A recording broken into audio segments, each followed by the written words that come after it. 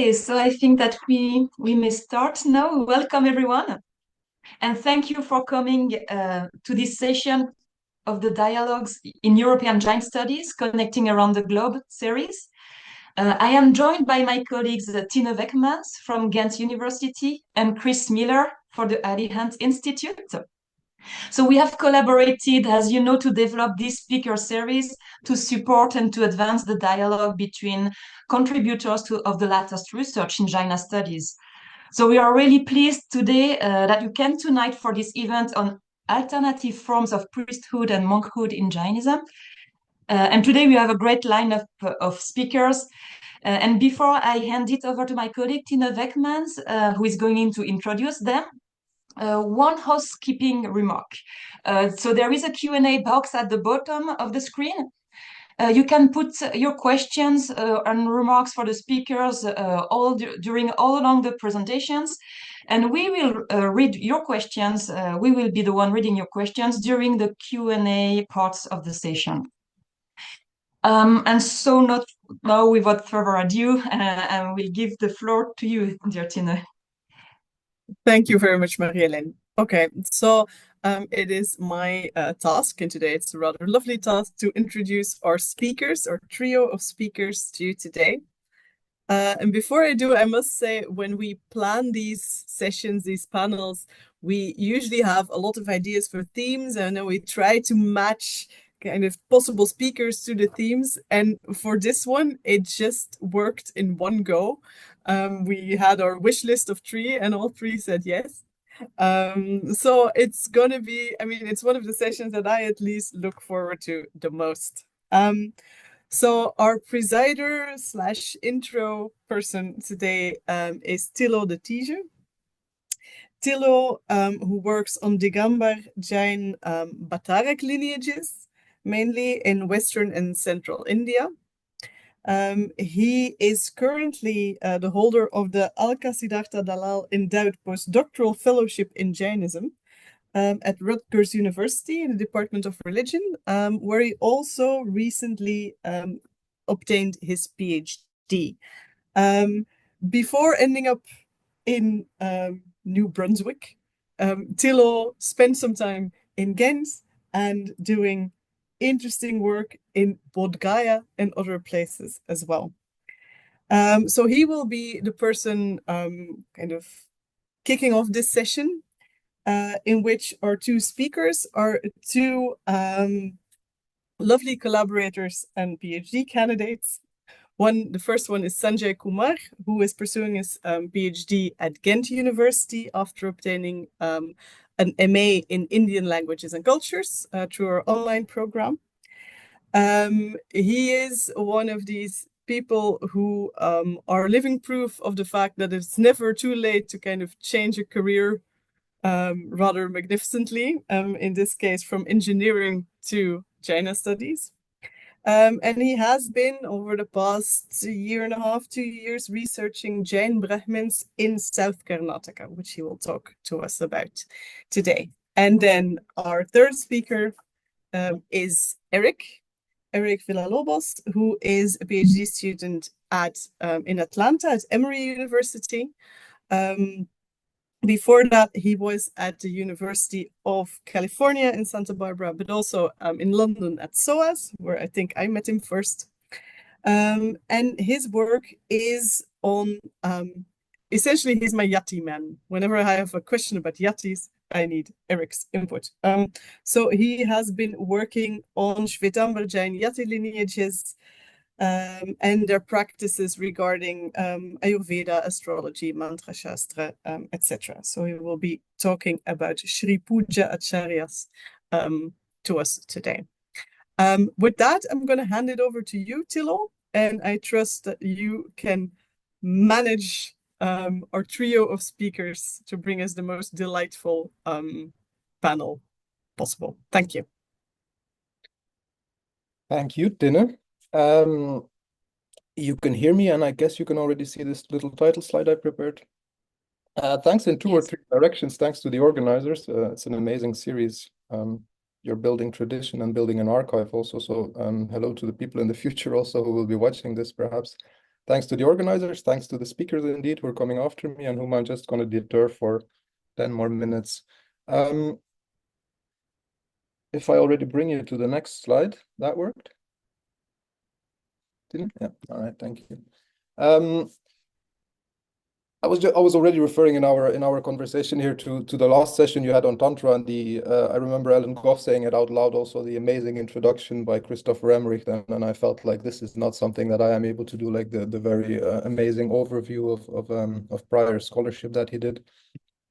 So I didn't even try to do that. But what I did try to do in a few slides is, well, we're talking about alternative forms of monkhood and priesthood or laymanship. So I try to lay out the field of the non-alternative forms and maybe variations in that throughout history or different conceptions of how Jain community, lay and ascetic, is built up, so that we can kind of like see the field where our two case studies perhaps form, in some cases, some people would say aberrations or variations, let's say with a more neutral terminology at least. And the main concept that I'm starting from is this very well-known ideal type concept of the Chaturvida Sangha, the fourfold community of male and female, ascetic and lay members of the Jain community. What I will be doing is performing a number of operations on my pie chart here to show you how historically things have been different or how we can conceptualize things as being different also. The gendered aspect is Jainism has never really allowed for a third gender or other variations, let alone beyond binary constellations. So that's also not something that I'm dealing with. I'm just describing historical or theoretical realities. So it's mostly on that axis between between lay people and ascetics that I'm showing some variations. Before I get into that, I want to look at the broader spectrum, of course, also, where we also need to think about the relations between the Jain community or specific Jain communities and other religious communities. And this is already, of course, where I come across the limitations of my somewhat naive visualization in that pie chart, in the sense that we're better to think along with models represented by diagrams and theories of networks, where we actually compare and connect specific historical actors from different religious communities, where, of course, we don't just stress the religious identity of our historical actors, but where we also look at other aspects of people's identities, which have always been at least as important, in many cases, perhaps more important, whether they were linguistic, regional, socio-political circumstances also. And the second thing, what network theory manages to do is to include in the picture not just humans, but also non-human actors and even objects, texts, doctrines, ideas, perhaps, and see how people relate to not just other people, but to objects or to non-human agents. The second thing, and the only other thing outside of the human Jain community that I wanted to mention before I get into that different constellations of fourfold and other communities, is, of course, these two levels of very important Jain actors. The Jinas may be completely aloof, completely freed from any desire even to interact with human society in their state of liberation, but humans still develop a relationship to them. Same with non-liberated gods and goddesses, who even might have the capacity to interact with us, whether it's Indras, I'll be coming back to, the gods of the kings of the gods, or it's, say, Kshetrapal, who protects a temple. So these two aspects, other religious communities and these non-human Jain agents, very important, are the two aspects that I wanted to at least touch upon before I dive into the different constellations of the Jain community by itself. And I'll be coming back to the non-human Jain agents too at the end. What is well known, of course, as another way to divide up the Jain community is the split between Digambaras and Shvetambaras. And not just that, we know that there's a small slice of the pie, at least, which ends up elsewhere, whether it's historically the Yapaniyas, which were neither Digambar nor Shvetambar, or modern-day sects, which also take from both. You could think of the Adhyatma, which had input from lay people from both sides.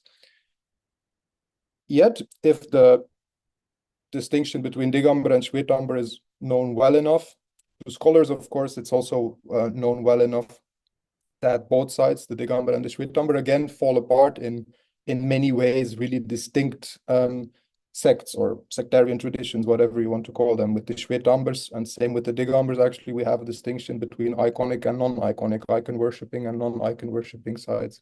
So when we think about the Jain community, and people have shown the degree to which the idea of the Jains being a singular community is in important ways, or at least in new ways, a modern development. We know that Shvetambars and Digambars, they fall apart within different sects again, but then within each of these sects, we have the importance, and there a few times maybe during the presentation, I might be coming to aspects which are dearest to me or nearest to my own research.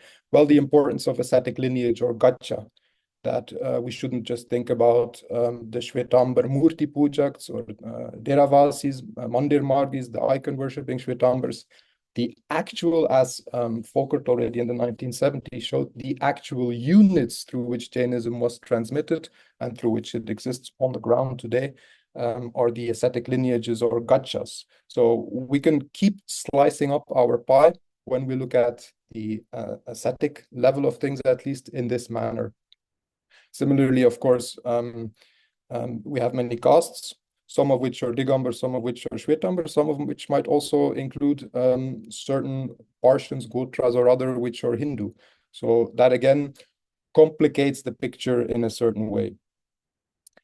Another and a completely different type of argument here, we could in a certain way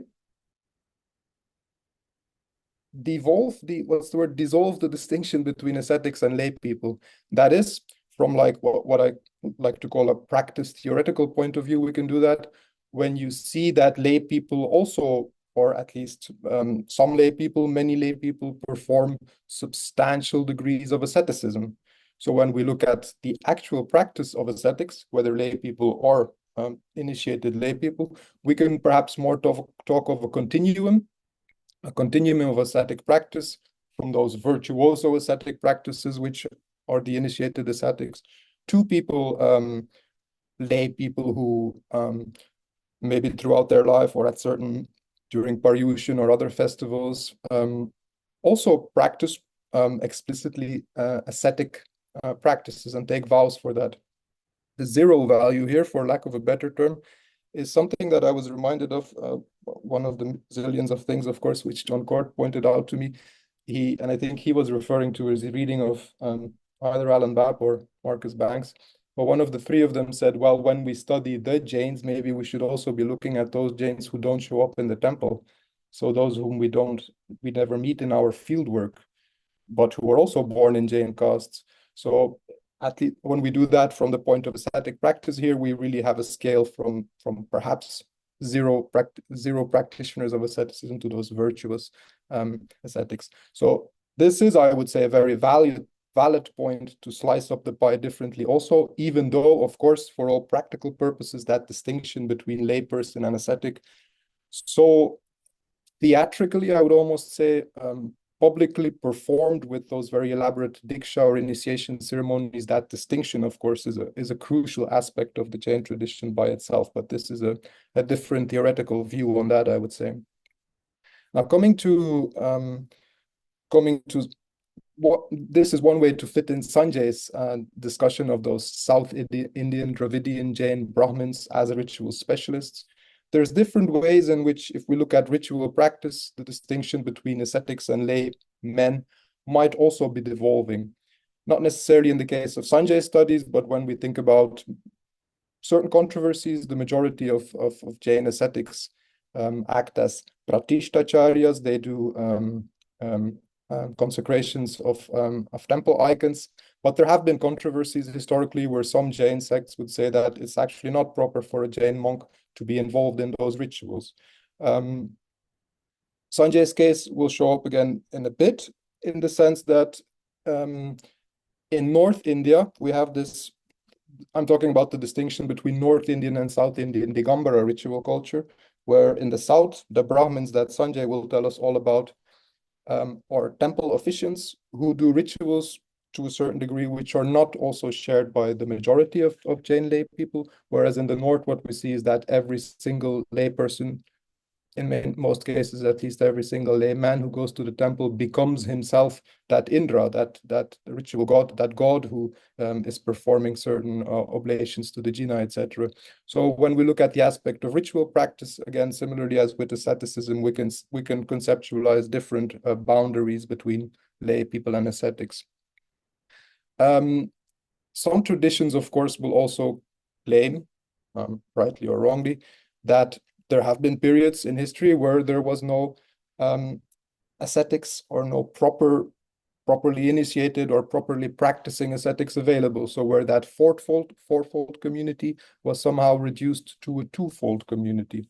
And that, of course, relates then to the history of, to the aspect of history and the aspect of lineage. Being able to show a continuous lineage back to Mahavira for your specific ascetic group is a crucial issue always in terms of legitimization and having the authority of having the correct original teaching. So that's another aspect, and that brings us closer to Eric's subject, and mine also, with these kinds of semi-renouncers.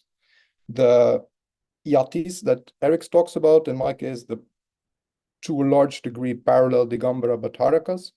And on the female side, I think Eric once told me, or I read somewhere, I mean, that there used to be something called the female yatini. He can correct me if I'm wrong there. I hyphenated the idea of female Digambara Bhattarikas here because I've never seen any evidence, but there's this this booklet by an Acharya, Acharya Vidyanandi, who wrote that based on some sculptural depictions. But I think they were probably Aryakas or Kshulikas, so that's probably something that, as far as I know, at least in my region, never accepted. We could also conceptualize today's Shwetambar Terapanti Samanis as a kind of semi-renouncers. I'm more focusing on Yatis and Bhattarakas when three different places to put these semi-renouncers. We're looking at the first one here, where the common scholarly understanding has always been that they are standing somewhere between fully initiated ascetics and lay people. Yet, today, for example, many people would say that these yatis and bhattarakas, the majority of people would say, the only exception is the coming slide yet, the majority would say that yatis and bhattarakas the majority would say this, that they stand in between of Jains themselves, not scholars. Some people would say that yatis and bhattarakas are actually even lower than lay people, or they stand completely outside of the Jain community because they are not, the Hindi word would be shastra okt, not mentioned in the scriptures. So there is no canonical justification for the profile of a yati or a bhattaraka. So a minority of people perhaps would say that they stand completely outside of the Jain community. Yet what Eric and me, interestingly, somehow independently have both chanced upon is that in historical sources that we look at, late Sultanate Mughal period, continuing into, as what Eric will talk about with his amazing case stories from today, about even into the colonial era in the 19th century, Bhattarakas and yatis were conceptualized as kings. In the case of the Bhattarakas, they were the actual head of the ascetic lineages, and they took on a lot of religious strapping, so a lot of paraphernalia, as it's referred to often. When we keep looking at that aspect of Jain kings, and I'm wrapping up with just a few more slides on this last aspect here, when we start looking at kingship, or more generally lordship, we see that actually all these various slices of our pie chart, of our Jain pie, have kings within them. Yatis, not just yatis and bhattarakas identified as kings. Today's Digambar Munis, at least, are referred to. The most common way to address a Digambar Muni, and Shwetambar ascetic as well, would be Maharaj, great lord. And there's actually something interesting that the very common usage of that term only shows up when kingship is not anymore the dominant political model in South Asia. Sangapatis, Eric will talk about shades. These, in a way, can be conceptualized as the lord of the lay community as well. Female donors might take on important roles, and Gananis as the leader of at least the female section of the Jain ascetics. The next aspect and the last aspect is seeing the relations between these human Jain kings and non-human Jain kings, where what I have here is where Yatis and Bhattarakas, for example, clearly modeled their own royal figure to maybe a local Hindu Rajput king, and ultimately to the emperor or to the sultan. So you see a certain hierarchical leveling of different lores and different polities linked to each other, and using the exact same symbolism, metaphors, and material infrastructure to show their kingship, their lordship. Similarly, with Sangapatis, or for example, to a certain extent, I would say perhaps also with Sanjay's Jain Brahmins, those ritual specialists, they act in a certain way. Jain ritual practitioners, lay people in the north, all of them, when they important donors, or typically anyone who does an oblation, imagines himself to become an Indra, to become a god of gods, who in the stories gave ritual bathing to any single Tirthankara after his birth. So in the end, what we're seeing here, to just frame this idea of kingship, what we see is a whole network of kings and lords within their own circles, in a hierarchical constellation to each other. What I don't have is kind of like a concluding slide, but if one thing you retain from this could be that we're looking at Eric's case of these semi-renouncers, who nowadays are regarded as standing very low on the hierarchy of Jain asceticism, which in their own periods, however, were regarded as standing at the apex of it. And the other case of Sanjay, perhaps, of these ritual specialists, with whom we can draw some parallels with the Sangapatis, the leaders of the ascetic communities, who take on certain roles which might be identical to the god of the kings then. At least I managed to stick to the time, I think, and I don't have an elegant way to hand it over except to just stopping my slides. And we agreed that Sanjay would be the first one to give his 20-minute talk. Sanjay, it's 11:25 on my side. I'll keep a little an eye on my clock. Sanjay, you have slides to share, I think. Yes, okay. Thank you, Tillo. Go ahead. The floor is all yours, Sanjay, whenever you're ready to start. All right.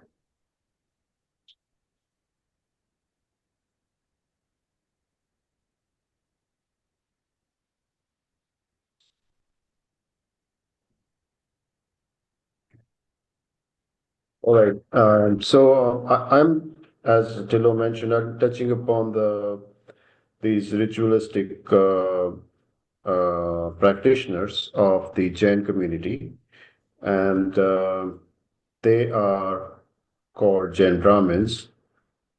I will touch upon their role, talk about who they are, an intro to the Jain Brahmin community. It's a community by itself, and what is their current status, their struggle for survival. Then one important ritualistic function which they carry in the society is about carrying out of the Shodash Samskaras, or the 16 life cycle milestone events, which is celebrated through these ritualistic events, which are called Shodash Samskaras, or the 16 life-defining rituals. And then we will see also the difference between the Vedic 16 samskaras versus the Jain 16 rituals. So this Jain Brahmin, the term itself is kind of intriguing, because one side we are saying Brahmins and then we are saying Jains. Brahmins don't really have a concept of, Jains doesn't have a concept of Brahmins. And in a recent work of Sheldon Pollock, The Language of Gods, he even says Jain Brahmins are Brahmins, which Hampa Nagarajaya has contradicted and actually corrected that Jain Brahmins have no connection to the Brahmins.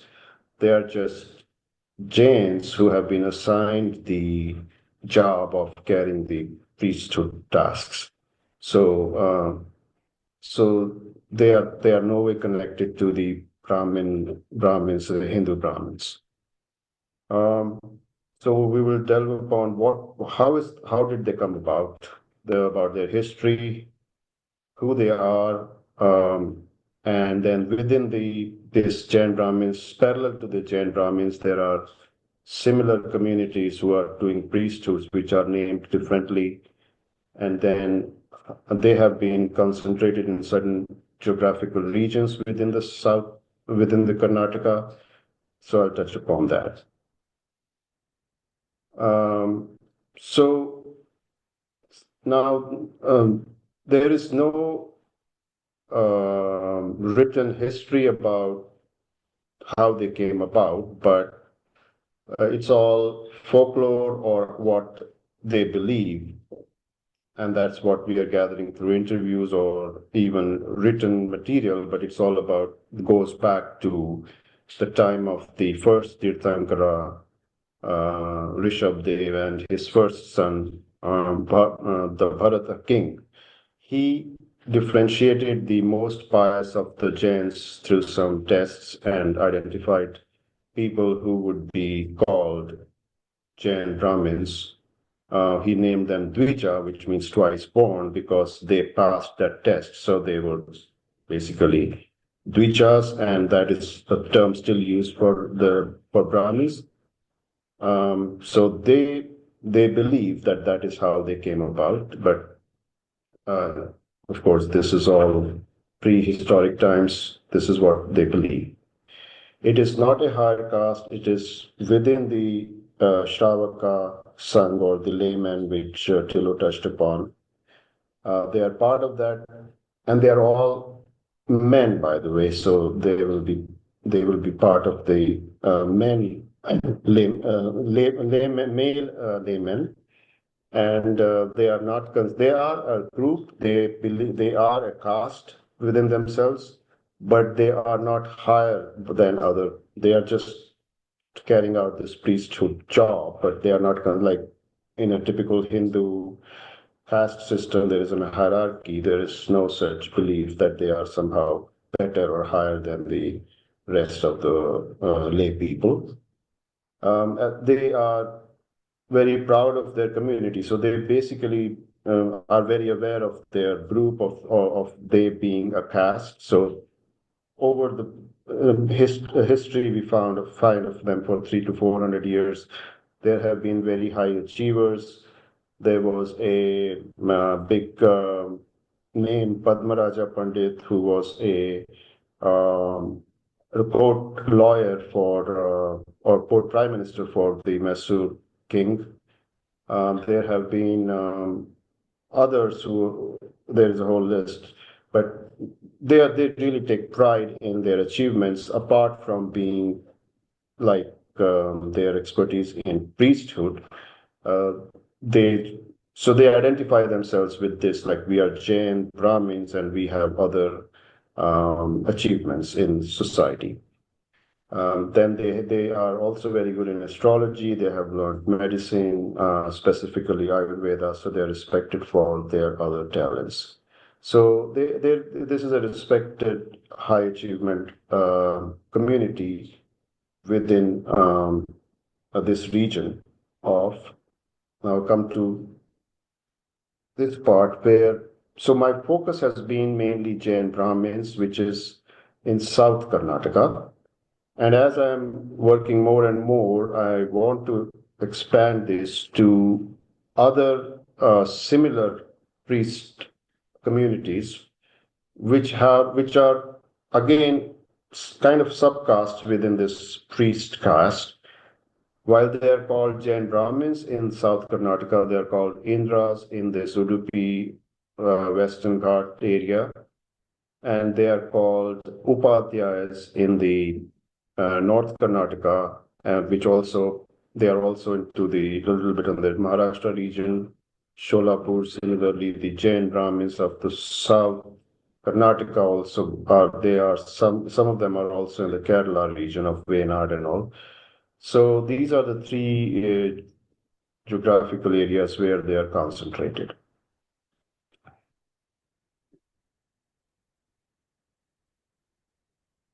Now, they have, as I said, I have focused my research so far mainly on Jain Brahmins. They have come here through migrations from Deepagundi in Tamil Nadu and Malali in North Karnataka. Possible reasons, because that time there was an unrest in Hoysala region about 14th century. So they could, it was so hostile that they moved here, possibly for royal patronage or for education and jobs opportunities, but they got concentrated in this area through migrations. That was the discovery through interviews. Next, I'll talk about what is their population, what kind of priestly services these Brahmins do. They part of their job is at Jain temples, but they have also services for the householders, which will be essentially several kinds of pujas, and also these administering or overseeing these 16 rituals for each householder. There is a declining patronage I'll talk about for this profession, and then what are the efforts to preserve this tradition and what are the challenges ahead. So there used to be several more, but at present there are about 150 families of Jain Brahmins or Pandits, about 200 families of Indras. I'm yet to discover, but I'm guessing about similar number of families will be there for the Upadhyayas. And this decline has been happening since independence, because till then there was the model was that there would be priest and there would be a patron. Usually they would pair up. The patron will donate the lands, and that land would be basically used to sustain the economic needs of the priests. And that model, we saw some of it is still working in Wayanad region. I had visited a couple, but that basically went away with independence. And when the royalty gone, a lot of patronage came from the royal kings. That has gone. And since then, basically, this is a decline. Now, at present, there are very few full-timers. They are all, if they are old. The next generation doesn't want to take up this job, mainly because it's not lucrative. There is no such patronage. The salaries are done through trusts, which are also very poorly funded. Plus, other jobs are more lucrative and interesting, like they want to go out of cities, out of country. So young generation is not taking it up. There is an organization, some Agama Paurihutya, one volunteer organization, which is trying to do this work in this Mysore region. And the model of this is that they train young kids to be priests, and then the idea is that they can do this just part-time. So it already happened that the generation previous to this was doing it on a part-time basis. They would do a full-time job, and yet they would do this. They will learn this because their fathers always did it full-time. They would learn it very well, but they will do it only part-time. In the new world now, the idea is that, okay, we understand everybody will do their other jobs, but just to maintain the tradition, learn it, do it part-time, and whenever, so an army of these kids will be created, and then whoever is available, or they will team up and carry out these rituals. And that model has seen some success, and it's continuing. So next section of my talk is about the 16 samskaras, which is these Jain Brahmins are integral part of, because they are the ones who carry these rituals for the householder. So, and they are very elaborate procedures, and they have prescribed books and texts which in practice they use. Well, before I go there, I would say let me cover what the 16 samskaras are in terms of Indian culture. So they are really the milestone events of the life, like conceiving, the Garbhadharana, maybe then the seventh month, where we do some ritual for the health of the upcoming baby. Jata Karma is about when the baby is actually born, there is a whole ritual done. Then there's a Namakaran, which is the naming ceremony, and it goes on and on till so the kid is going to education. That will be start of the education, finish of the education, thread ceremony, where he attains puberty and he's supposed to wear a thread. And finally, for the Jains, this is the marriage ceremony. So within the Jain Brahmins or Jain tradition, the marriage is the final ritual done. So those are and this, for others like Hindus, they also do Antyeshti, which is the funeral. But in any case, so those are, I think, all over India. These 16 samskaras are followed. Maybe not all, but important ones are followed by each Hindu or Jain household. I'll talk about the Jain version of Soda Samskaras, which is slightly different from Hindus, and what the difference between the Vedic and the Jain traditions, in summary, next. So the Soda Samskaras, or the 16 rituals, the mention of them or detailing of them is found in Jinasena's Adi Purana, back from 9th century is the first documentation of that.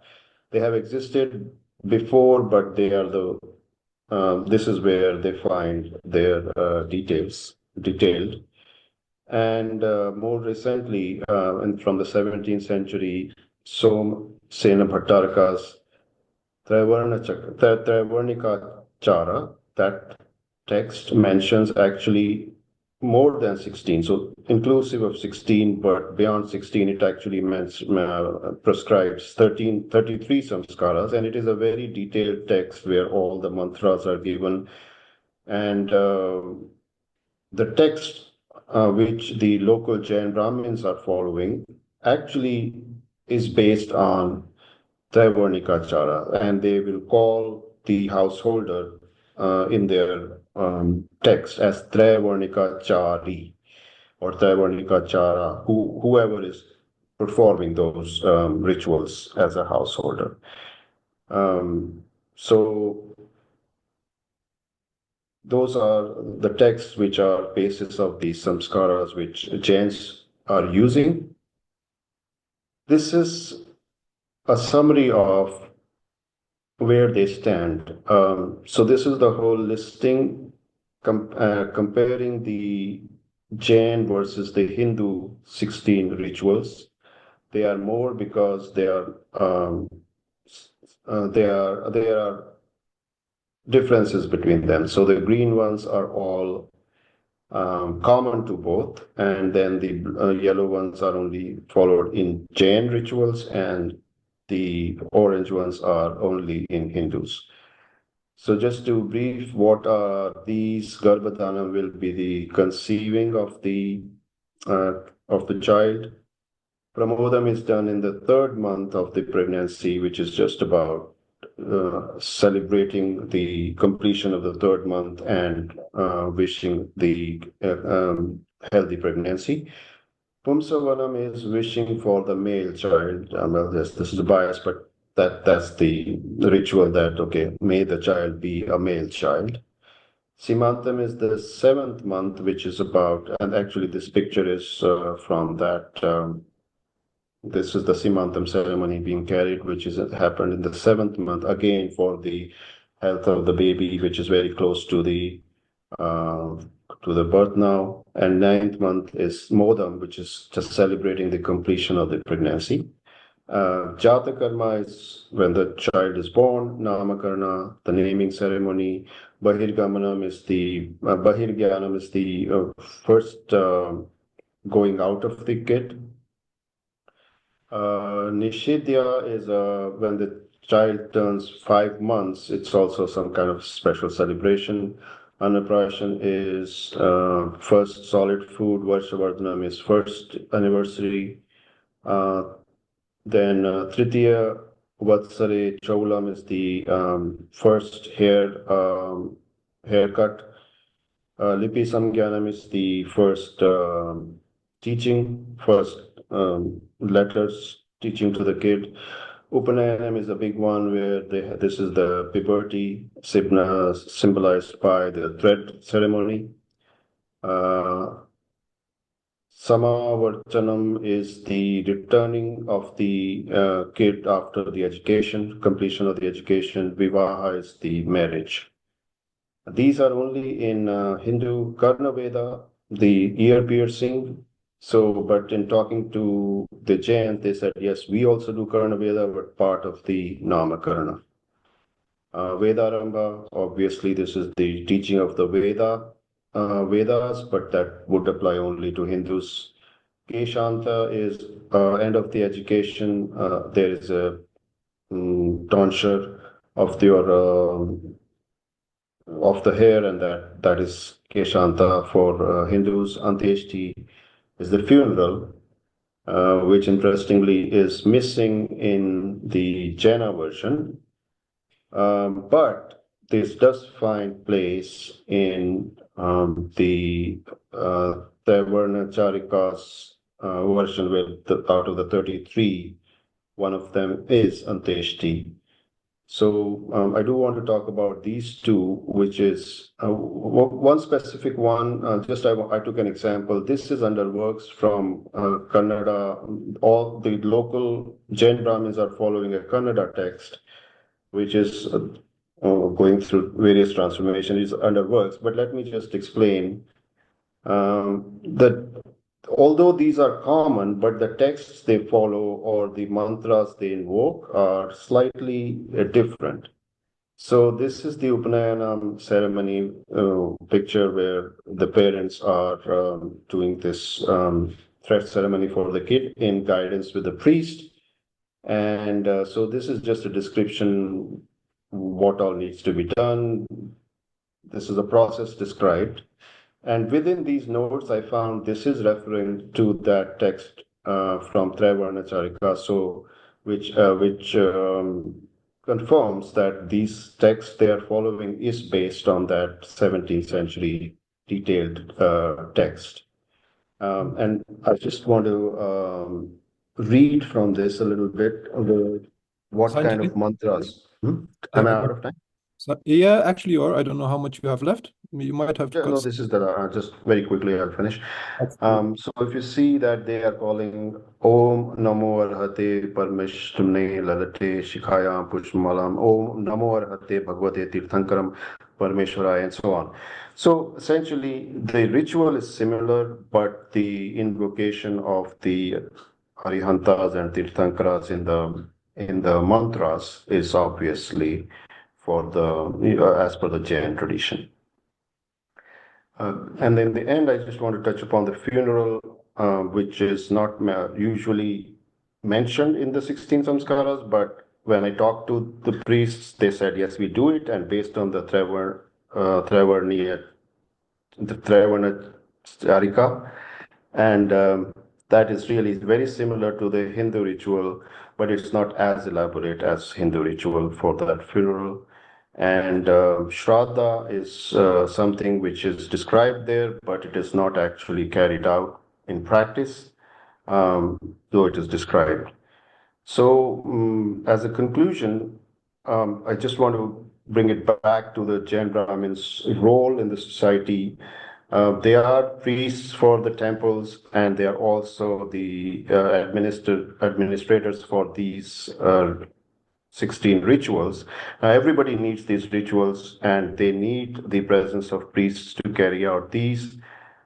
And that is where the I think paradox is that they are needed, but at the same time they are not finding support for the for their role in the as a priest of the temple. So that's an ongoing struggle, and a fine balance needs to be achieved there. Well, thank you, Sanjay. Thank Sanjay, you. stop your slideshow, and while Eric can already get his started, Sanjay, we're saving our questions for later, but I think felicitations and encouragements can already be extended, so keep up the research and make sure that it becomes complete as you can get it and available for us. It's great work. It's really intriguing. And while listening to Sanjay already, Eric, I suppose you too, maybe I could start to see ways in which your two cases are actually more related than I could see in ahead already.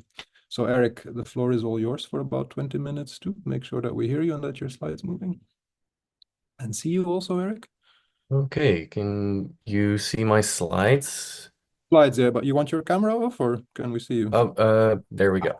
Yeah. Thank you. Okay, all good? Okay. Yes, all right, thank you for that. Hello, everyone.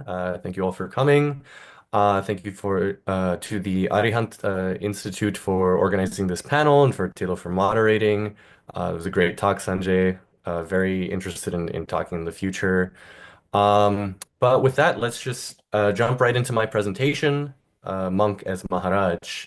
At the core of this presentation are a number of issues surrounding monastic praxis and monastic authority. What is the proper way to honor the head of a monastic order? How are monks, who are typically called Maharaj or Great King, to be honored, to respect that royal epithet? And what is the proper method of defending a monk from physical danger? And most importantly, what is the relationship between the monk as a royal figure and the actual king and the state?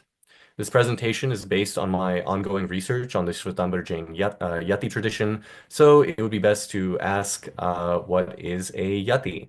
And to answer this question, I'm going to put forth this working definition that Yatis are a special class of monks in the Shvetambara tradition that developed an alternative interpretation of the Jain monastic code. This interpretation allowed them to do things like travel by vehicle and use money, and also to engage in mundane sciences like Mantra Shastra, astrology, and Ayurvedic medicine. Their dress varied and was often the subject of scrutiny and criticism, even between Yatis themselves. One Yati Sammelan resolved that Yati should be prohibited from adopting Western clothing and hairstyles, as depicted by this Yati here from the Lonka monastic order. Yatis dominated Shvetambara Jainism from around the 18th to 20th century, and likely before, during which time the monastic structure of Yati lineages looked fairly similar to ones you may be familiar with an acharya called a Sri Puja, leading networks of hundreds of Yati monks that sometimes spanned the entire subcontinent. And I want to emphasize that for multiple centuries, Yatis were the primary type of monk that a layperson could interact with. Yet Sri Pujas functioned as heads of both the monastic and lay communities. They would lead the Jain community while sitting on a gaddi or throne, already building on this sort of royal posturing, as seen in this example from Jaisalmer. They often had a royal retinue, and we'll go over this a bit more closely, of lay followers who would attend to them with fly whisks, scepters, parasols, and conches. Sri Puja Acharyas would also usually have a groomed mustache and sometimes wore very ornate and elaborate robes and shawls.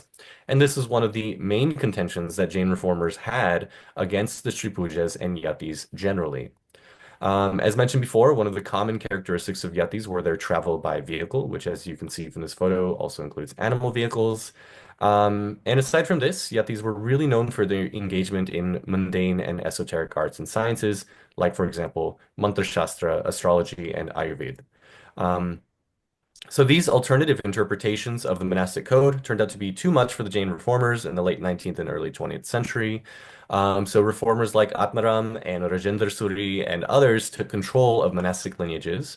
They encouraged their lay followers to stop supporting yatis and eventually push them to the fringe of Jain society, so that today there are, depending on who you ask, between 5 and 20 yatis operating in India. And many Jains do not know that they ever existed at all, despite their prominence just a century ago. And here we have a rough timeline of the institution of the Sri Pujas, but I want to emphasize that this is from some Vegi Sadhu sources. Yet these sources that I have do not distinguish themselves as a special category until some Vegi Sadhus become more prominent. They only recognize the accumulated commentary on and exceptions to the Jain monastic code. And they see themselves in continuum with their historical monastic lineages. And to a certain extent, this makes sense. The term yati is simply one of many terms used to designate a monk. It is for all intents and purposes synonymous with the word sadhu or muni or nirgrant or any of the many terms used to designate a monk. So we can hone in on the figure of the Sri Puja as a royal figure and head of the monastic order. I have mentioned that part of this royal posturing is expressed through the Sri Puja's entourage, which could include a number of figures. Most prominently, these included the sash bearer right here. We have some examples of some material culture, and the Sri Puja would also be followed around by a conch blower who would announce his entrance into a locality. You can also notice another feature here. I was told that their attendants would lay out a red stream of cloth for them to walk on, especially when they newly entered a town. And these elements all become part of the standard symbols of the Sri Puja. Here we have a modern biographical play where these elements are emphasized in a scene showing a parade with dancers, trumpeteers, and other royal retinue. And here we have it in a mural painting in Rajasthan. Notice the red cloth at the bottom, the staff bearers, the conch blower, and the parasol. And the parasol becomes one of the defining royal symbols of the Sri Puja. And in many cases, it's specifically a red one, but I've seen other examples as well. But this presentation goes beyond mere symbology and material culture. Jains are not the only people to give their saints royal honors, certainly not in India nor elsewhere. And yatis and Sri Pujas are not the only Jain figures to receive these symbols either. But there's something interesting going on in the social system underlying these symbols. It seems that there is an interplay between three powerful actors: the Sangh or Jain community, led by Sheth, or powerful businessmen, we could say, the Sri Pujas, and then the state. So I will argue that the Sri Puja derives and models his authority from the interplay of these three actors, whereby the Sangh and Shades honor the Sri Puja while financing the state, and the state must then honor the Sri Puja in return, who himself receives permissions and licenses from the state to maintain this royal posturing.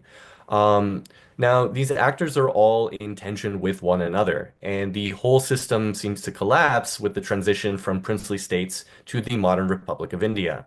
I'll base these assertions on four case studies derived from the biographies of these Sri Pujas. And so, just jumping right in, for our a first brief but telling case study, we will look at Sri Puja Ratnasagar Suri of the Anchal Gach. The Anchal Gach has a large following in the Kutch region of Gujarat, as well as in Mumbai. But these events transpired in Palitana at the base of Mount Shatrunjay, one of the holiest sites for the Jain community. Ratnasagar Suri ordered the Sheth Keshavji to establish the icon of the Mool Nayak, or main idol, of Shantinath Prabhu in 1861 CE in the consecration of the Jain temple there. There was a massive ceremony for this occasion involving many leaders of various Jain communities. There's said to have been about 7,000 Jain icons consecrated in conjunction with this main consecration, involving some 700 sadhus and sadhvis and Jain sanghs and gajas from all over India. In total, the combined participants numbered over 1 lakh or 100,000 people, and Britishers and Parsis were also in attendance. Importantly, the king of Palitana, Maharaj Sur Singh Gohil, welcomed this massive gathering of the Sangh to his kingdom. Now, allegedly, the Sri Pujas of the Tabagach felt jealousy over the prestige afforded to Sri Puja Ratnasagar Suri from his chairmanship of the massive ceremony. And so they devised a plan. The Tabagach Sheths placed a large parasol over the head of Ratnasagar Suri as he entered the city. This was not out of the ordinary for Sri Puja to have a parasol, as I've just said, and it seems to be quite standard, but this one might have been especially ornate because when the king of Palitana saw it, he said, "The greatest everlasting tirt of all of India to the Jains is in my kingdom." So in the view of the Jains and their relations, I am the greatest among the kings of India. Only a great person of royal descent can have the Meghadambar parasol given to him, and in Siddhakshetra, only I have such a right. Now, the author of this account notes that this is not the proper attitude, but nonetheless, this is what the king believed. The king went to reproach Sri Puja Ratnasagar Suri to demand he lower his parasol. The leaders of the Jain Sangh of Ahmedabad came to know about what was about to transpire. They felt that such an offense would be disrespectful, not simply to the Anchalgach or the Sangh or the Sri Puja himself, but to the entirety of the Jain Shasan. The Anchalgach Keshavji Sheth intercepted the king and told the Raja, "I see what you're doing, but who will remove the parasol over my head?" And from the fearlessness of the Sheth, the king backed down, realizing his mistake and gave his presence in the welcoming ceremony. The rest of the consecration went smoothly, and Keshavji Sheth spent 15 lakh rupees in total on the entire Anjan Shalaka ceremony. So here we see this inherent tension between the kingliness of the Sri Puja as the head of the Jain community and the actual king. This tension is mediated through the Sheth and the Sangh, who are, after all, the king's financiers. And in this case, all three figures represent their kingliness through the royal symbol of a parasol. So next, we will look at an account about the Lonkagach Sri Puja Kalyan Chandra Suri, taken from his biography written by Yati Ratilal. While the Sri Puja was traveling around Marwar, he wandered around the town of Sadri near Ranakpur, another Jain holy site. And as he was nearing the town, about 6 kilometers away, news spread of his arrival, and the Jain leaders decided to have a welcome ceremony in line with the traditions of the Lonkagach, which is to say, without the incorporation of any idols. The Tapagach Sangh leaders of the town, however, approached the Lonkagach leaders with a request. The planned parade procession route would need to go in front of the Tapagach affiliated Jain temple. They asked that either the Lonkagach Sri Puja would stop in the temple and do worship of the icons there, or if not, that he pass by the temple without playing any music. The Lonkagach Sangh informed the Sri Puja of this request. Not wanting to cause any conflict, he said that he would not enter the village, but the Sangh was persistent and promised they would bring him in and that there would be no issue. They approached the Tapagach leaders and simply informed them that neither option was acceptable. As a member of the Lonkagach, it would be inappropriate to worship icons. As a Sri Puja, it would be unacceptable for the Sangh to welcome him without the appropriate fanfare. They had not received this request from any other village, any Sangh, and in this village, other ceremonies had taken place in front of the temple without any issue. At any rate, they had permission from the Jodhpur state, so they would go ahead with the ceremony without honoring either of the requests. The Sri Puja was brought in on a palanquin in a spectacular procession in what Ratilal describes as a flood of people. But Kalyan Chandra could sense that something was inauspicious. The procession proceeded in front of the temple. Lay people from when the procession proceeded in front of the temple, lay people from the Tabagach came out and protested. Some grabbed the instruments of the band and smashed them on the ground.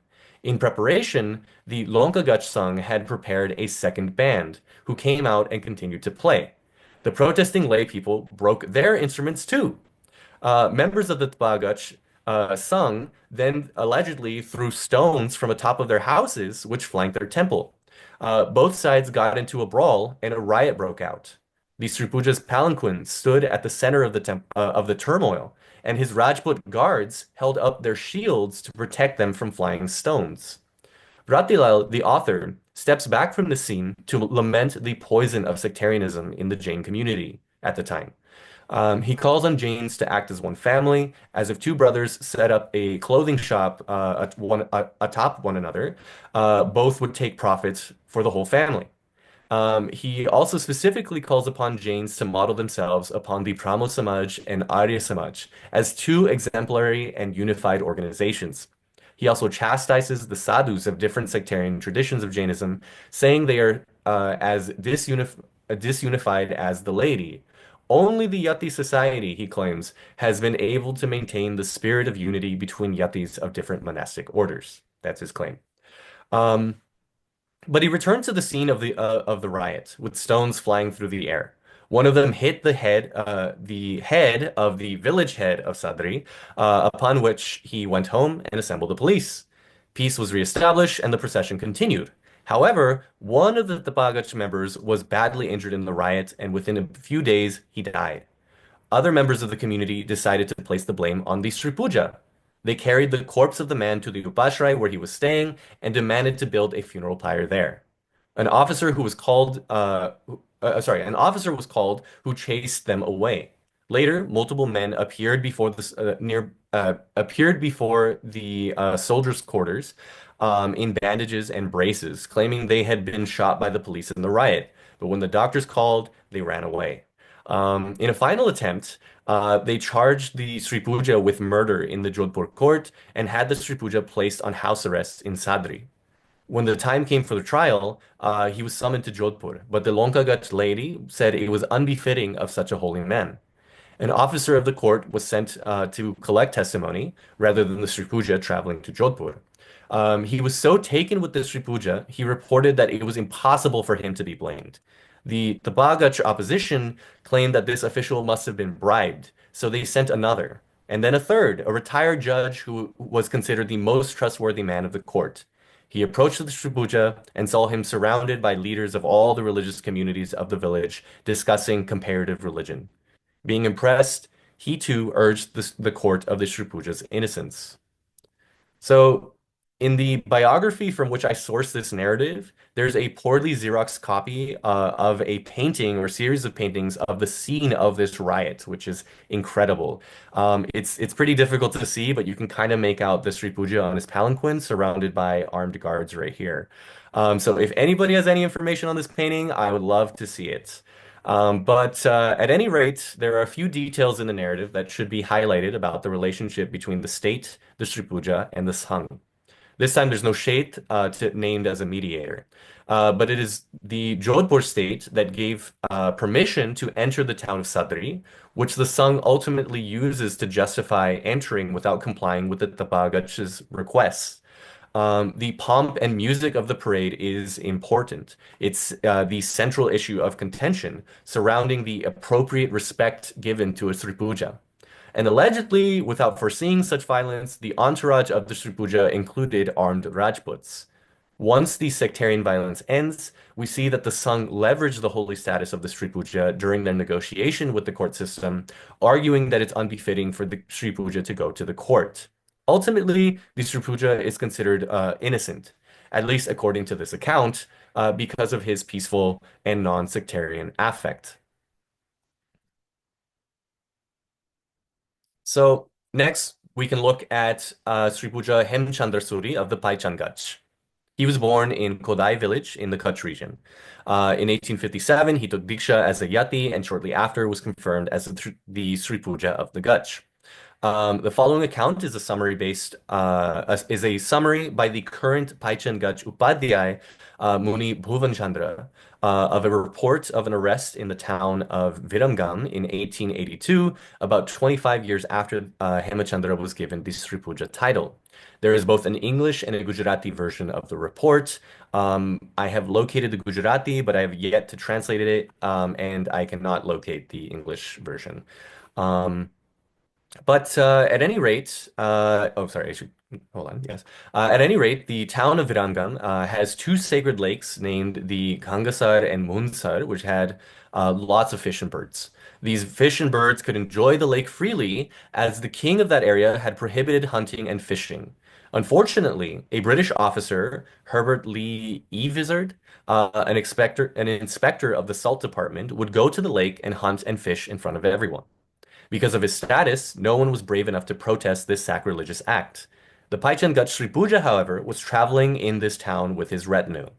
Muni Bhuvanchandra stops here to note that the luxuries associated with the Sri Puja position were like a king and included a personal bodyguard armed with both staffs and rifles.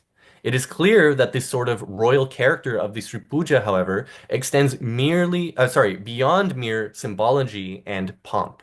Hemachandra Suri was told of the issue of the British officer and decided he would remedy the situation himself.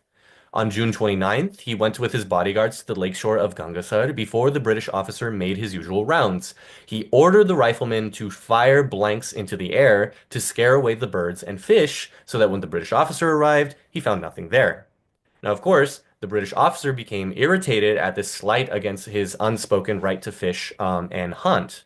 He demanded that the Sri Puja show his license to carry a gun. And this is where the authority of the Sri Puja comes into direct clash with the authority of the British officer. Instead of showing him his license right away, Hemachandra retorted, "Who are you to be checking licenses?" And added, "Go walk on your path." Officer Ivizard said, "I am a government worker and it is my right." So the Sri Puja responded, "I have a license from the Lord Sahib." So the officer threatened, "If you do not show your license, I will have to take your gun away." And he snatched the gun away from the bodyguard. The Sri Puja incredibly snatched the gun right back from the British officer, and he also snatched the fishing nets from the officer's men in one move. The officer called for two more soldiers, Anderson and Custom, to back him up, totaling 8 British officers. The Sri Puja refused to relinquish the gun, and an altercation broke out, during which the Sri Puja's staff bearer and another servant was injured. A crowd gathered, and Officer Ivizard called the police, who rounded up the whole group and sent them to the officer's post. Bhuvanchandra highlights the injustice of the situation. Despite the officers and police commissioner being Indian, they did not act against the British officers there. Hemachandra filed a complaint of physical assault, but he was ignored. His gun was confiscated, and despite the blood actively flowing from the injuries on his face, they did not get a doctor to tend to his wounds. They made what Bhuvanchandra calls false accusations about attempted murder and interference with the work of a government officer and lodged it with the district magistrate who took the case. Bhuvanchandra notes the magistrate was also British. The Jain community heard about the case and rallied around their Sri Puja. Hemachandra was escorted to the train to Ahmedabad with a massive mob of Jain supporters. According to the Ahmedabad Samachar, a newspaper, supporters and letters from supporters came from as far as Mumbai, Calcutta, and Murshidabad. Once in court, the case was thrown out by Judge Philpotts on account of a lack of evidence, despite protests from the district magistrate. So here we have the authority of the Sri Puja derived from the authority of the king coming into direct clash with the new colonial administration. And one of the more shocking elements is just how bold the Sri Puja could act based on the permission and licensing given from the king. So what happened to these Sri Pujas, and why don't we see displays of royal authority to the same extent as the accounts we have just heard? Most directly, Shvetambara Jain society went through a number of reforms in the early 20th century. The Samvegi Sadhu reformers took control of the monastic orders and began to outnumber the yatis. The laity followed and withdrew much of their material support, and almost all of these yati lineages died out. Almost. One lineage has survived mostly intact, that of the Katargat Sri Puja Jinchandrasuri. His lineage retains much of the monastic property, lay followers, and prestige of his predecessors in comparison with other lineages. But he certainly had to face a number of difficulties in this changing landscape. He was appointed Sri Puja at a young age, and he oversaw a dwindling group of yatis. As he matured, he instituted a number of reforms with his lineage, which in a way made his yatis more like Samvegi reformers. He got rid of the royal regalia. He's no longer followed around by a staff bearer, a conch player, or a devotee with a parasol. Aside from very special occasions, his retinue remains simple, and his robes, uh, following the tradition of his lineage, are never ornate.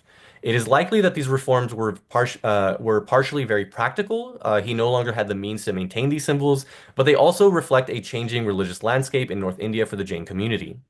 During his lifetime, Rajasthan shifted from a collection of princely states to one state in a democratic republic. Yatis had by and large been replaced by their Samvegi reformer counterparts, but his lineage remains. To an extent, this is the exception that proves the rule. This royal posturing that defined the demeanor of the Sri Pujas could only be supported in a political economy that took a similar shape. Once this political system was overturned, the monastic structure relying on it likewise had to be reformed. Sri Pujas could no longer rely on licenses from the state, and in many cases they no longer had the support of the sanghs or powerful sheikhs to negotiate on their behalf. This confirms our previous analysis on the relationship between these three or four power players. The Sangh and the Sheikhs honor the Sri Puja while financing the state. The state honors the Sri Puja, who receives permissions and licenses from the state, including armed personnel. This may look completely different from the Jain monasticism that we are used to seeing. It is not exactly something that we can find in the Shastras, but the fact that we have three different accounts from three monastic orders attesting to this interplay suggests that this is one of the defining features of this era.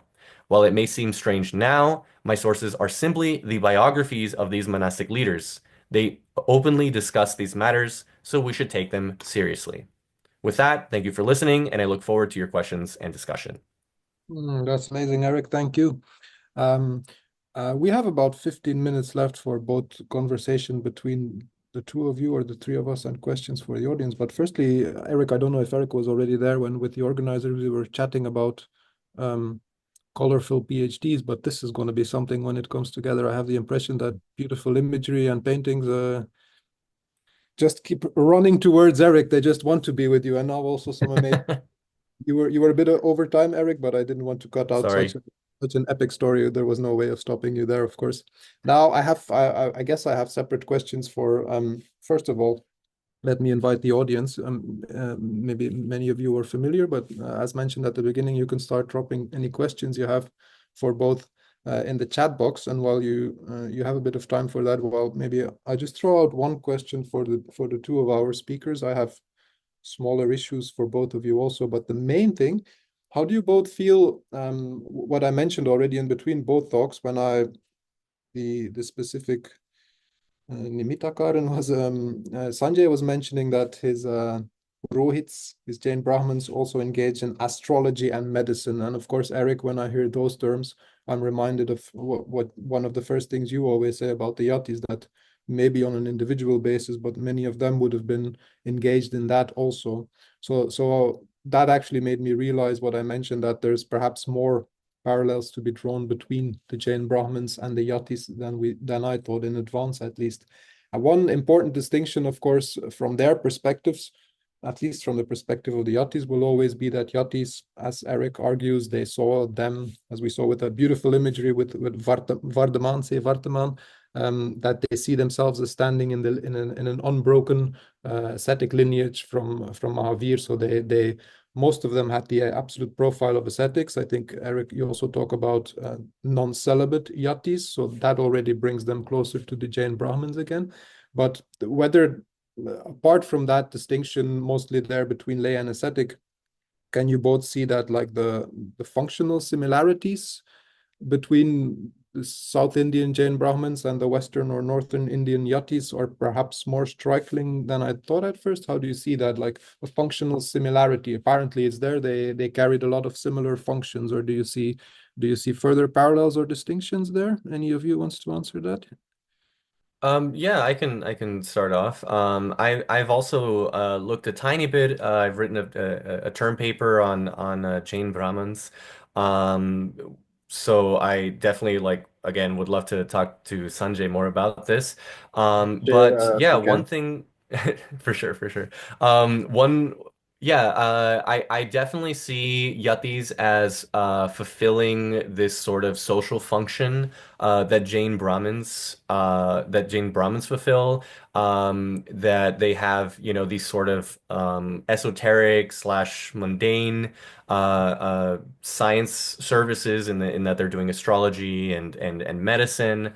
But they're also functioning in many cases as caste gurus. That a lot of these gachas are actually, or at least we could say the branches of these gachas to break it up even further, they're shakas. A lot of these are actually tied to certain Jain castes in North India. And in that sense, the Sri Puja is also functioning as a sort of leader of the caste. So there are a number of ways that the yati sort of yeah, that the figure of the yati behaves in a similar social function as a Jain Brahmin. But I would love to hear what Sanjay has to say about this. I feel one thing I should see is that they already command some kind of respect in the society. Through these, and they already learn Sanskrit language, where they can easily then learn astrology as well as medicine, traditional Ayurveda and astrology, which could also be their source of income because priesthood was is not fully supportive of their financial needs. So I think when in terms of Jain Brahmins, my thought is that probably they venture into these as parallel professions, which are same highly respected, and yet they kind of bring them that efficient funds, which they could not do through priesthood. If I can continue on this just with one more step, perhaps another thing that I heard Sanjay talking about royal patronage to the Jain Brahmins, and at one point you even mentioned patrons donating land. I don't know if that really is patrons donating land to the Jain Brahmin or to the temple in the first place, but that was surprising. But that would be another similarity between both cases, the royal patronage thing at least. So maybe even the Jain Brahmins function more in terms of Eric's triple parasols or. So what about that, Sanjay? That royal patronage, land donations, how did that work? So, the living example which we saw in Kerala, Wayanad area, where this still survived, is that there would be rich people in society who wants to support, and they would say, okay, I would pair up with this priest or this temple in my village, and to support the temple and the society, I am giving this land to this priest family, and the generations would continue. It's a massive acres and acres of land. So what I learned was that if the priest was the priest family was working on the land in themselves, that is how they could survive in the case of Kerala. But if they were giving it to the tenants to work on, and I think the tenancy laws at some point mandated that the tenant would start owning the land after this zamindari was prohibited in India. So due to that process, a lot of this land was gone. But to answer your question, yes, they were pairing up, or the village or the town rich people would support the temple by way of employing the priests, or rather patronizing them through land donations. Mhm. Hmm. That's pretty interesting. Just to kind of jump in again. In the case of Rajasthan, so you're getting actually two like types of relationships when it comes to patronage and temples.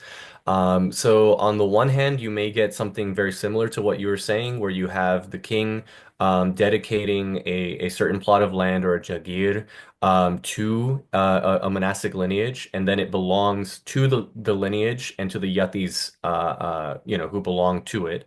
And then usually that's used to create like an upashray or a temple, and then maybe it functions also like as a medicine house or something like that. But then you also get the a sort of inverse of this, where there's temples that belong to the Jain Sangh, and then the king is appointing a yati to the temple and giving a certain amount of like a stipend or something like that. So it's sort of the inverse of that. This is something that I haven't looked at a lot. I really want to, but it requires old Marvari, so working on it. Yeah. Mhm. Um, well, we have two questions. We have about 8 minutes left. Okay, let me be gentle and go to the questions. Shailesh Shinde here asks, is there any clashes between monks and yatis? Eric, that's a question for you. Clashes between monks and yatis. If we want to expand it, we could also perhaps think about clashes between the function of purohits and modernist reformers, perhaps also opposing that. But let's start with the actual question, Eric. Clashes between monks and yatis. Yeah, as far as I could tell, there's no like violent clashes that happen between Samvegi Sadhu reformers, which is what I think you're referring to when you say monks, and these yatis, who are also monks. But there are instances of, for example, like how would I say this? Like like mythical battles between the two, like where they're using mantras against each other and they're like summoning um like versions of Narasimha to like attack each other. I think there were cases in the Stanagvasi tradition where some of the early Stanagvasi reformers have associated myths, we could say. I mean, something where it's a little bit more fantastical. There's also, of course, like there's rhetorical clashes that are happening with these reforms. I mean, the anti-Yati reforms were very verbally vicious. And the Samvegi reformers were very aggressive when they're sort of criticizing the allegedly lax practices of the Yatis. And I know of one case, which Tina would probably be very familiar with, of a travel log from a Lonkagach Yati, actually in the lineage of the Lonkagach Sri Puja that I had talked about in this session, where he travels to North India and he runs into some Vegis who are preaching, and he says, "Oh yeah, I want to preach too." And then the Samvegi kind of says that you Yatis have just messed up the Jain Shasan, and you're so corrupt, and we don't trust you. And he tells the audience like, "Don't listen to this guy," that sort of thing. So. It could be quite antagonistic, but in terms of like physical fighting, I have not found any records as such. Yeah. Eric, what struck me in two of your three great stories, it was the Tapa Gach, which was opposing an Anshul Gach and a Lunka Gach. Is there anything we can conclude from that already? That like was the Tapa Gach somehow dominant, and did it therefore not allow for such manifestations of power of other Gachas, or what are your ideas about that? Yeah, so definitely. The Bagach is the largest Jain monastic order. I think it is the largest Jain monastic order, period. But it's certainly most prevalent in Gujarat.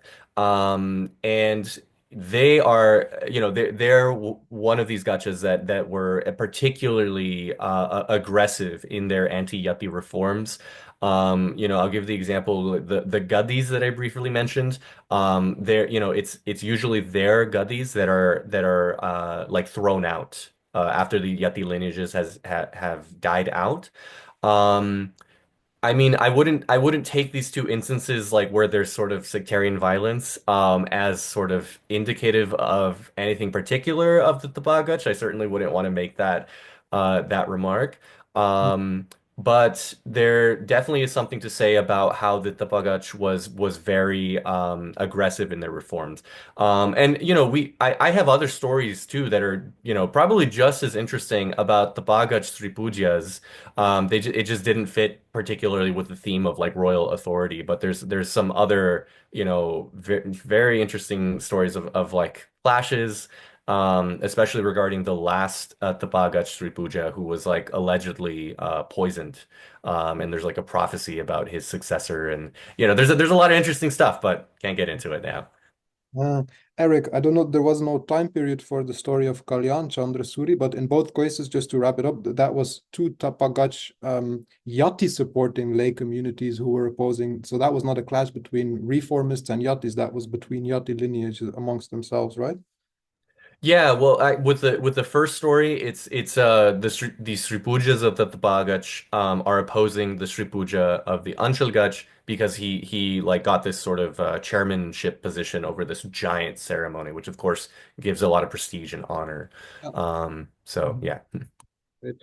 Sanjay, I'm going to come back to you, and I would just want to broaden the question that we still have in the chat box here. What is the status of Shudras in Jain community? I don't know if you have anything to say on it, but another question I had, at some point you mentioned that Jain Brahmins today, or you mentioned that their Jain Brahmins are not a higher caste, and I can kind of imagine that that is something that stems from their self-representation, perhaps, that it's important for them to stress that they are not a higher caste, maybe like in the sense of the parallel with Hindu Brahmins, and that like the controversy or the opposition to Varnas or caste system by itself. So maybe that's the reason why it's important for them nowadays to stress that they are not a higher caste. But at the same at the same time, I heard you saying that they've been high achievers and that they had this prestige, they were getting donations, there was royal patronage. So probably historically, even though nowadays they might stress that they're not a higher caste, they did have a higher position in some, even if it's just economical, social, financial, or cultural capital sense of the word, they would have been a somewhat higher group, right?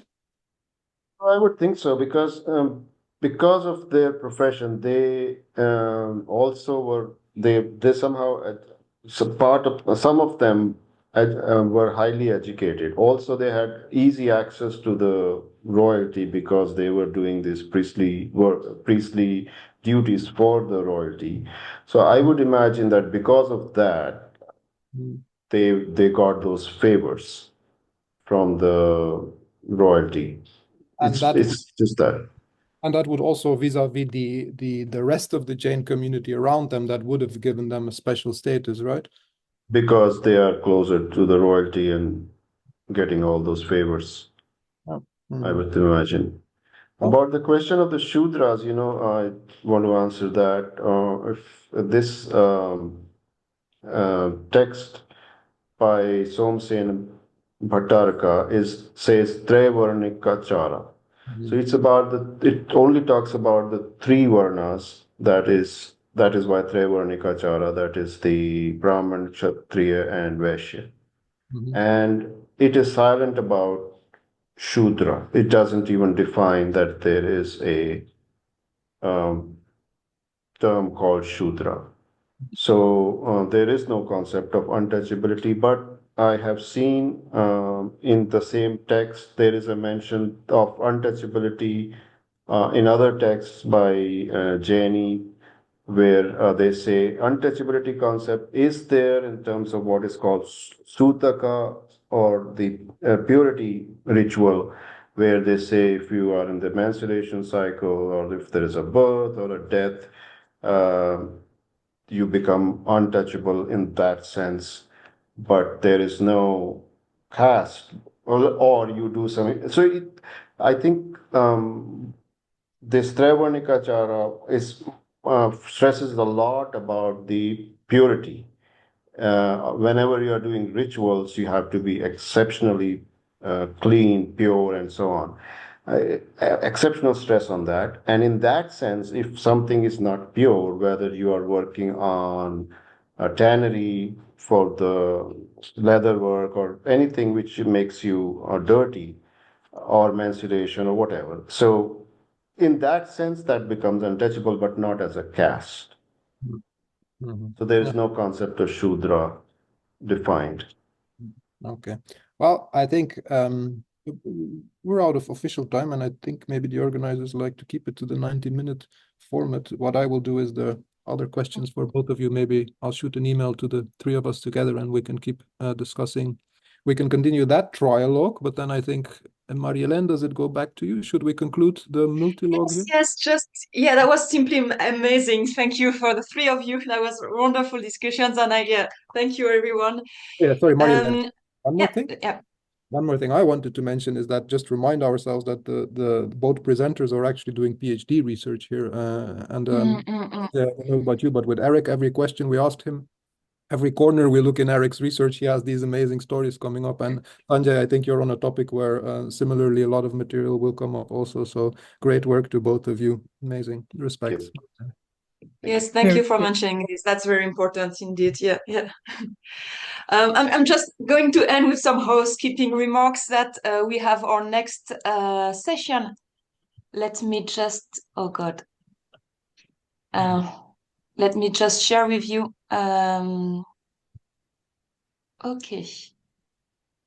The website, I hope you can all see it. So the next session will be in January.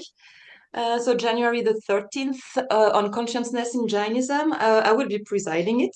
But there are still ongoing change and discussion about the very precise program. So just keep in touch with us. We will let you know as soon as we have more visibility on the final program, but just that you can go on this website that is advertised a bit everywhere, and just just register to the event, so you can really have the link to the session as you have just done for this one. So I think that with that, already December, so time to wish you a wonderful end of the year festivities and the like, because we are going to meet again next year. In 25. And again, thank you so much for the three panelists. That was an amazing evening. Thank you very much. Thank you, everyone. Thank you. Goodbye. Take care. See you soon. Bye-bye.